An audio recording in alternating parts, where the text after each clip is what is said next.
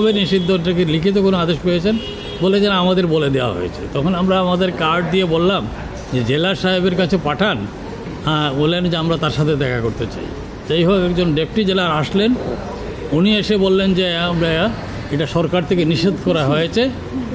তারপরে উনি একটা নাম্বার দিলেন senior deputy jailer jail superintendent. ওই নাম্বারে আমরা যোগাযোগ করলাম। উনি বললেন যে হ্যাঁ, সরকার থেকে একটা প্রজ্ঞাপন জারি করা হয়েছে এবং সেই প্রজ্ঞাপনটা ওয়েবসাইটে আছে।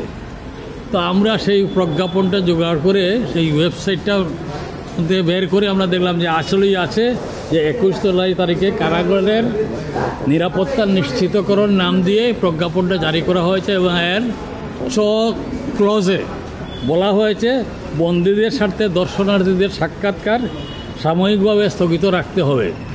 তো এটার উপরেই তারা কাউকে দেখা করতে দিচ্ছিল না। অথচ আমাদের সংবিধানে পরিষ্কারভাবে বলা আছে 33 নম্বর আর্টিকেল, যেটা অনুচ্ছেদ, তাতে বলা আছে যে প্রত্যেক বন্দীরই তার আইনজীবীর সাথে কথা বলার অধিকার রয়েছে। আমাদের যে প্রিজনার্স অ্যাক্ট আছে অথবা জেল কোড আছে, তাতেও এবারে কার সাথে কত সময় কিভাবে দেখা করতে হবে সেগুলো বিস্তৃত বলা আছে।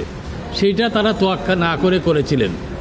নতুন গভর্নমেন্ট আসার পরেও সেইটা এখনও বাতিল করা হয় নাই বলে আমরা আজকে আদালতে গিয়েছিলাম। আদালত একটা রুল জারি করেছেন এবং রুল জারি করেছেন যাদের বিরুদ্ধে, তারা হচ্ছেন যে Bangladesh representative by secretary security services, এই যে যাদের বিরুদ্ধে রুল জারি করা হয়েছে বাংলাদেশ, আর তারপরে deputy secretary cabinet division, inspector general of prison এবং জেলার ঢাকা সেন্ট্রাল জেল, তাদের বিরুদ্ধে রুল জারি করেছেন এবং যে যেটা ক্লজ অফ দিস